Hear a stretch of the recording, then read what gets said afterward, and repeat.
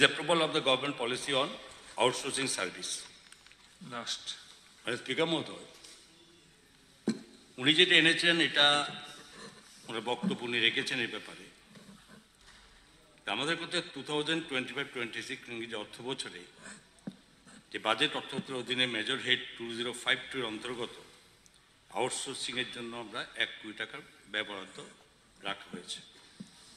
এ প্রসঙ্গে বলতে যে অর্থ দপ্তর এনআইসি ত্রিপুরাকে নেক্সট জেনারেশন HRMS এবং SNS সফটওয়্যার তৈরির জন্য অনুরোধ করেছে এবং এনআইসি ত্রিপুরা ওই দুই সফটওয়্যার বানানোর এবং চালানোর জন্য সফটওয়্যার রিসোর্স পার্সনস নিক্সির মাধ্যমে চেয়েছে এবং নিক্সিকে পেমেন্ট করার জন্য এই বাজেট বরাদ্দ রাখা হয়েছে যাতে অতি দ্রুত এই সফটওয়্যারগুলি তৈরি হয় এবং যে উপযুক্ত দুটি সফটওয়্যার রাজ্যের জন্য খুবই গুরুত্বপূর্ণ। অধিকাংশ CSS প্রকল্পের জন্য ভারত সরকার পরবর্তী অর্থ বছর থেকে যে SNS পার্স চালু করতে বাধ্য করছে এবং এছাড়া আমাদের চলতি HRMS এর সাথে আরও বিশেষ কিছু মডিউল যুক্ত করে নেক্সট জেনারেশন HRMS খুবই গুরুত্বপূর্ণ, কারণ এতে অটোমেটিক পেনশন প্রপোজালের ব্যবস্থা থাকবে।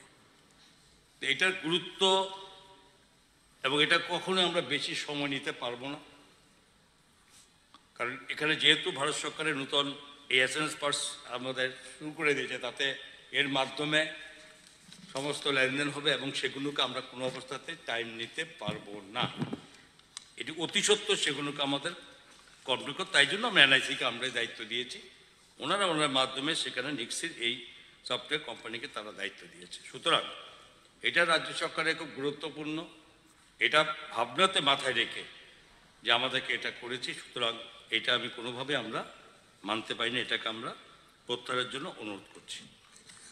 এবং মাননীয় স্পিকার মহোদয়, বাজেটের আলোচনা দীর্ঘক্ষণ হয়েছে, এত দীর্ঘ আলোচনা হয়েছে যেখানে প্রত্যেক সদস্য অলমোস্ট যারা এখানে এই বাজেটের উপরে তারা বক্তব্য রাখার সুযোগ পেয়েছে এবং এটা এই বাজেটের উপরে বক্তব্য রাখতে গিয়ে আমাদের সহযোগী যারা মথার যারা মাননীয় বিধায়ক বিধায়িকাগণ আছেন এবং আমাদের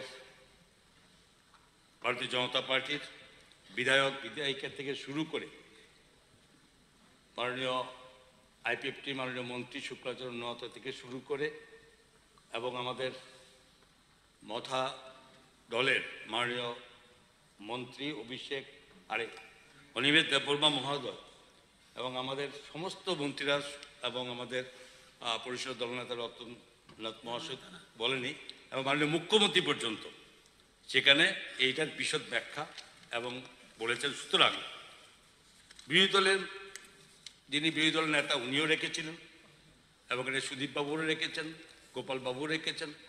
তো সুতরাং তাদের সমস্ত বক্তব্য আমরা শুনেছি, পক্ষ বিপক্ষ অনেক কথা হয়েছে এবং এই সম্পর্কে আমার বিস্তারিত আমার পক্ষ থেকে অ্যাকচুয়ালি কিছু বলার নেই, এত ডিটেলস বলা হয়েছে এবং বাজেট যে একদম সর্বজন গ্রাহ্য এবং এটা যে এ রাজ্যের সর্ব অংশের মানুষ, সর্ব কমিউনিটির এবং মহিলার থেকে শুরু করে যুবাদের থেকে শুরু করে ছাত্র স্বাস্থ্য পরিষেবার সঙ্গে সমস্ত কিছুর সঙ্গে যুক্ত এই বাজেট করা হয়েছে।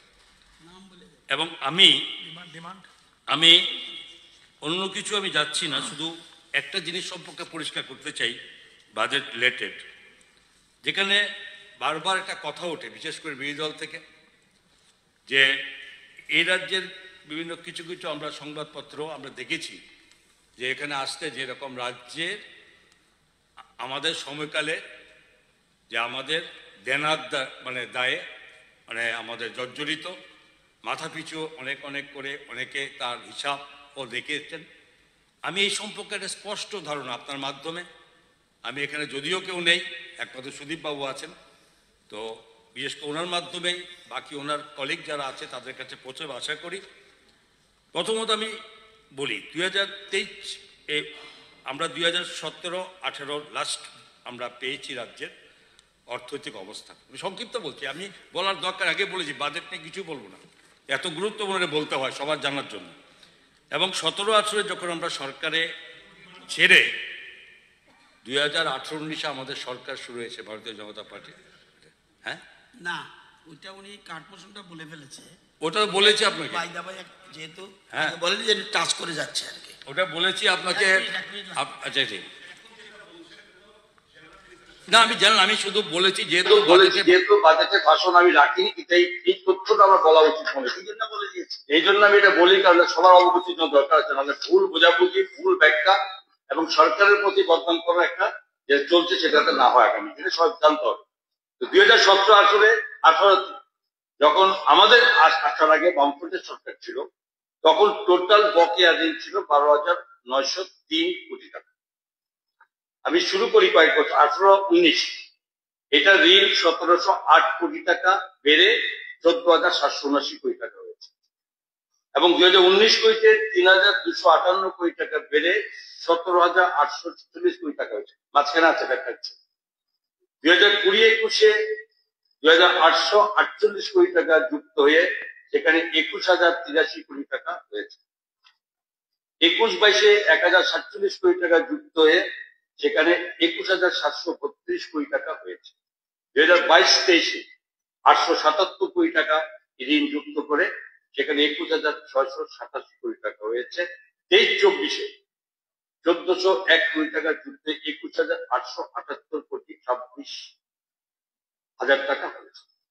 এখন প্রশ্ন হচ্ছে, এর বিনিময়ে আমরা 2018-19 এই যে ঋণের পরিমাণ, আমরা আগের যে ঋণ, সেই ঋণ আমরা পরিশোধ করেছি 498 কোটি। 19-20 আমরা করেছি ঋণ পরিশোধ করেছি 889 কোটি টাকা। 2020-21 আমরা ঋণ পরিশোধ করেছি 741 কোটি টাকা। 2021-22 আমরা ঋণ পরিশোধ করেছি 656 কোটি টাকা। 2022-23 অর্থ বছরে আমরা 992 কোটি টাকা ঋণ পরিশোধ করেছি, এবং 2023-24 904 কোটি টাকা করেছি। সর্বমোট মিলিয়ে 4,680 কোটি টাকা আমরা ঋণ পরিশোধ করেছি। আবার ঠিক তেমনি যে ঋণ নেওয়া হয়েছিল, সেই ঋণের বিনিময়ে যা হয়েছে সেটা আগের ঋণ নেওয়াই 10 বছর পরে ঋণের পরিশোধ করা এবং ইন্টারেস্ট ক্লেম করে, যেটা এখনো আমাদের নেওয়া সরকারের ঋণের এখানে আসেনি। কিন্তু ওই 17-18 বছর ঋণের থেকে সেখানে আমরা সুদ বাবদ আমরা দিয়েছি 886.89 কোটি, এবং 2018-19 1018.95 কোটি। 19-20 1124.98 কোটি, এবং 2020-21 সনে 1284.81 কোটি টাকা। 2021-22 1398.16 কোটি টাকা। 2022-23 অর্থবর্ষে 1373.52 কোটি টাকা, এবং 2023-24 1333.42 কোটি টাকা। টোটাল সুদ বাবদ মোট 8,420 কোটি 20.73 কোটি টাকা আমরা শুধুমাত্র আমরা সুদ আমরা পে করেছি। তার টোটাল এই যে ঋণ এবং সুদ মিলিয়ে 13,100.73 কোটি টাকা আমরা শুধু এই গত বছরে আমরা পেমেন্ট করেছি এই সুদ এবং প্রিন্সিপাল অ্যামাউন্ট কোটি টাকা। এটা বলার এই উদ্দেশ্য হচ্ছে এখানে যে যদি 13,100 কোটি টাকা যদি আমরা যেদিন থেকে শুরু হয়েছে ইন্টারেস্ট দেওয়া শুরু হয়েছে সেটা 12,903, যেটা আমি এখন বলি যে আমাদের এই সময় দেওয়া টাকাতে আমরা সেই টাকার বেশি আমরা ঋণ আমরা এবং আমাদের তরফ থেকে আমরা করে দিয়েছি। এটা সবার অবগতির জন্য আমার এটা বলা হচ্ছে। 2023-24 আমরা কোনো মার্কেট করিনি, এবং এতে যথেষ্ট ভাবে আমাদের মানে যে ফিনান্স কমিশন আমাদেরকে যথেষ্ট আমাদেরকে বাহবা জানিয়েছে, আমাদের ফিনান্সিয়াল রেসপন্সিবিলিটি, এবং এই জন্য ঠিক আছে এবং এগুলো আমরা করেছি। বাকি যেগুলো করা হয়েছে যা আমরা করেছি এবারে ইয়েতে সবচেয়ে বড় দুঃখ লাগে, সমালোচনা করবে স্বাভাবিক হতে পারে, আলোচনা সমালোচনা, কিন্তু এই যে যারা ফিজিক্যালি চ্যালেঞ্জ লোকদের জন্য মাননীয় মুখ্যমন্ত্রী প্রতি মাসে 5,000 টাকা ঘোষণা করেছেন, আমি এই যে এতে কিছু হবে না, কিন্তু এদের যে সম্পর্কে যে এই সরকারের এবং মাননীয় মুখ্যমন্ত্রী যে চিন্তা ভাবনা মানসিকতা এবং তাদের জন্য যে রিক্রিয়েশন সেন্টার খোলার জন্য ব্যবস্থা করছে, বাড়িতে বসে এইটা বিরোধীরা যত বড়ই হোক তাদের হৃদয় যে কত কঠিন যে এই সম্পর্কে তাদের কোনো একটা ধন্যবাদ জানিয়ে কথা বলার হবে এটা খুব দুঃখ লাগে। এখন বাকি ধরেন কন্যা বিবাহ থেকে যে তিনি করেছেন যোজনা, এগুলো এর আগে কথাও করেছে কিনা আমার জানা নেই, এবং কারণে কি করেছে তা বলার জন্য যদিও নাই আজকে কেউ, এর জন্য শুরু করেছিলাম সেদিন থেকে শুরু করা যে বাজেট বলছিল কি করেছে কিন্তু বলার সুযোগ হলো না।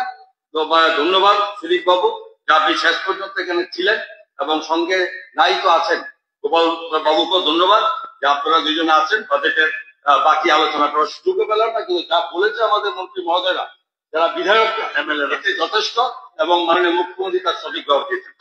ধন্যবাদ। নমস্কার। না প্লিজ মাননীয় মুখ্যমন্ত্রী মহোদয় সময়টা বাড়িয়ে